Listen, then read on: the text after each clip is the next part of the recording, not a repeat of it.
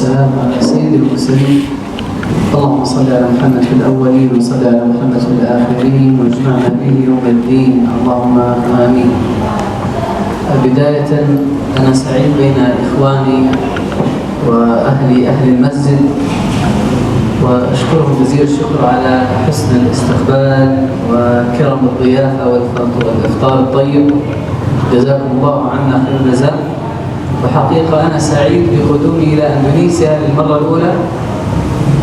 أشعر أنني بين أهلي وبين إخواني، لم أشعر أني غريب أبدا أبدا. منذ استقبلونا مؤسسة أمام فلسطين وتنقلنا بين المساجد، حقيقة أنني شعرت أنني خرجت من عند أهلي إلى أهلي، وإني أحبكم في الله وأحببتكم في الله، ويحشر المرء مع من أحب، وإنني أحب أن أحشر مع أهل المساجد وأهل الأخلاق وأهل القرآن أمثالكم. بمعرفتكم ازدادت دائرة الشفاعة لدي يوم يشفع الأخ لأخيه يوم القيامة. نسأل الله سبحانه وتعالى أن يجمعنا تحت ظله يوم لا ظل إلا ظله سبحانه وتعالى. Yang pertama saya ucapkan terima kasih kepada pihak pengurus masjid, PKM dan jajarannya atas sambutan yang sangat luar biasa dan hidangan iftar yang sangat luar biasa. Jazakallahu khairan katsiran. Semoga Allah membalas dengan pahala yang sebaik-baiknya di samping Allah Subhanahu wa taala.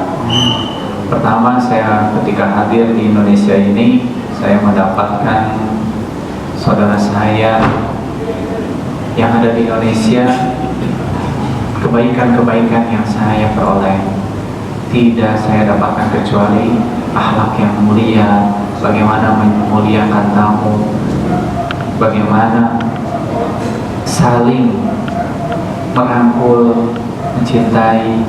Ini yang saya rasakan ketika saya hadir di Indonesia. Terasa saya berada di tengah keluarga sendiri, terasa saya berada di negara saya sendiri. Saya tidak pernah merasa aneh, tidak pernah merasa asing. Alhamdulillah, ketika pertama kali saya dibawa oleh Yayasan Aman Palestina Indonesia untuk bersilaturahim, hadir di tengah saudara saya yang ada di Indonesia, dari masjid ke masjid, bersilaturahim, dari majelis ke majelis. Alhamdulillah, kebaikan-kebaikan yang luar biasa. Saya mencintai para hadirin semuanya karena Allah Subhanahu wa taala. Insyaallah dengan yang kita ketahui bahwasanya Allah akan membangkitkan kita semuanya kelak pada hari kiamat bersama orang yang kita cintai. Dan saya meminta kepada Allah, berharap kepada Allah, saya dikumpulkan sama orang yang saya cintai, para hadirin, ahlul masjid, ahlul akhlak, memiliki akhlak yang mulia, ahlul ibadah, yang taat dalam ibadah kepada Allah SWT. Dan sesuai pengetahuan kita juga bahwasanya Allah akan memberikan peluang yang lebih, kesempatan untuk siapa yang mencintai ketika di dunianya, saling mencintai karena ikatan iman dan akidah, maka baginya mereka mendapatkan kesempatan untuk saling menolong kelak, untuk saling memberikan syafaat. Dan semoga Allah mengumpulkan kita kelak di hari kiamat di bawah naungan pertolongan dari Allah SWT, di hari di mana tidak ada pertolongan dan naungan kecuali naungan dan pertolongan dari Allah SWT. Allahumma amin ya rabbal alamin.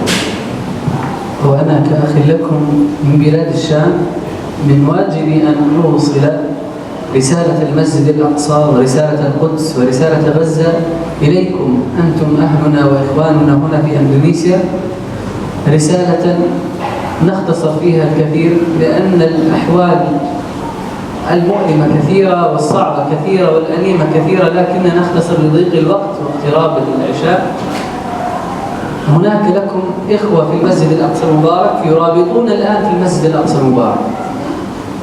هذا نوع من التضحية بالروح والمال والبيت والأهل، يرابطون ضد اليهود عليهم لعنة الله، ضد القرار الذي أقروه أنهم يمنعون الشباب من دخول المسجد، لأن الشباب قوة للأقصى.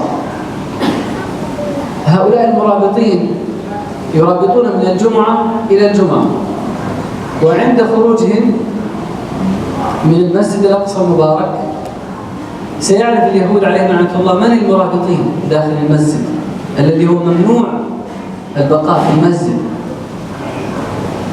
لماذا يرابطون داخل المسجد؟ لمنع اليهود من أداء عباداتهم التي يدعونها باسم الهيكل المزعوم، ولمنعهم من تهويد المسجد الأقصى المبارك وتهويد القدس. هذه تضحية وصبر.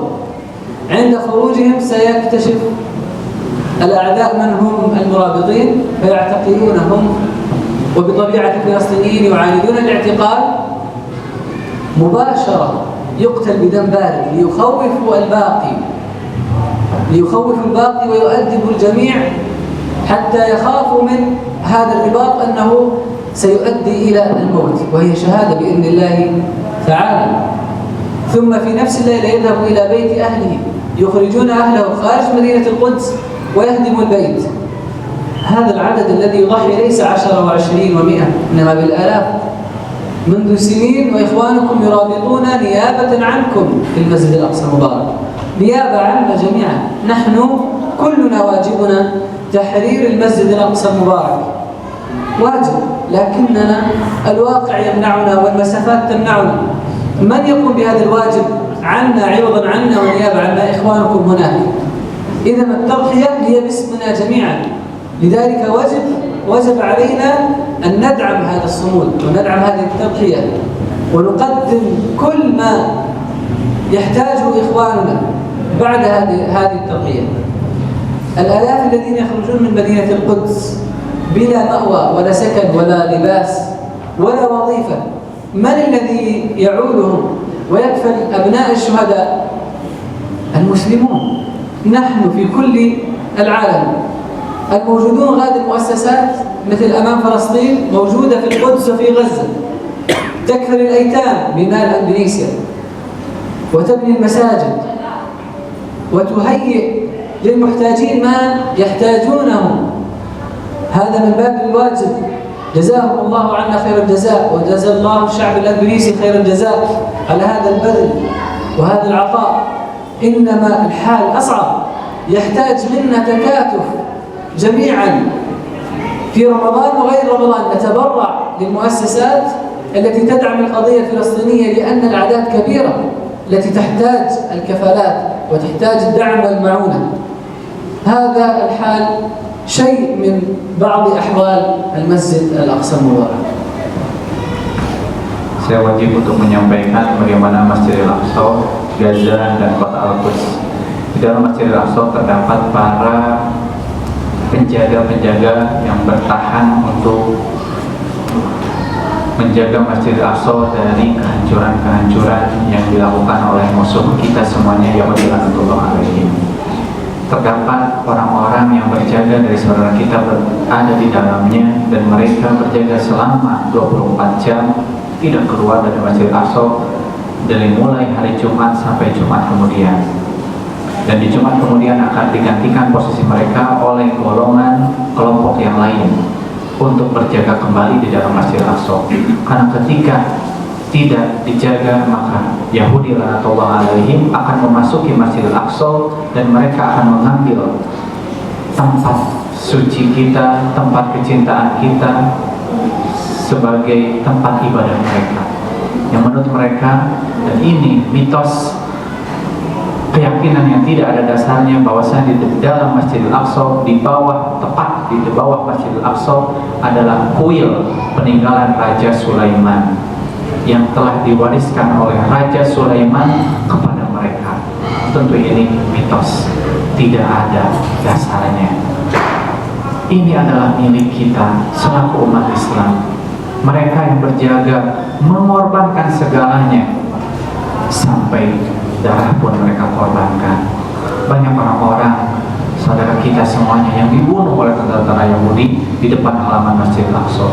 Bukan ratusan lagi, ribuan. Sudah 70 tahun ini berjalan. Perlu diketahui oleh semuanya, mereka berjaga di sana sebagai perwakilan untuk kita semuanya, mempertahankan Masjidil Aqsa dari tangan-tangan musuh kita juga, Yahudi laknatullah alaihim. Tentu mereka kehilangan segalanya. Siapa yang membantu mereka kembali? Siapa yang menjaga keluarga yang telah ditinggalkan? Siapa yang mau mendirikan, membangun kembali rumah yang telah dihancurkan? Tentu tugas muslim yang lainnya yang berada di luar Masjidil Aqsa, berada di luar Palestina, berada di luar negeri Syam. Inilah di seluruh penjuru dunia wajib untuk ikut serta di dalamnya, untuk membantu mereka dalam berjuang memperjuangkan masjid kita bersama, masjid yang telah menjadi kiblat kita pertama, masjid yang dimuliakan, masjid 3 yang dimuliakan oleh Allah SWT, Masjidil Aqsa.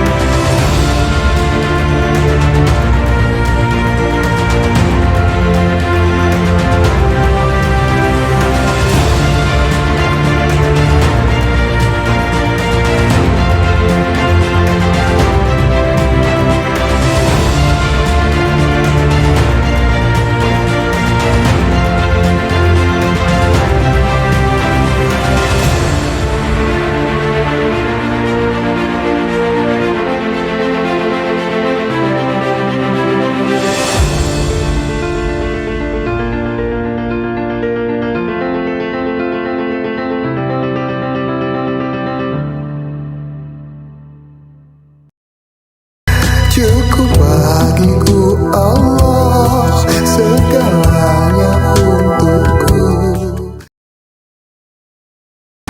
A'udzu billahi minasy syaithanir rajim. Bismillahirrahmanirrahim.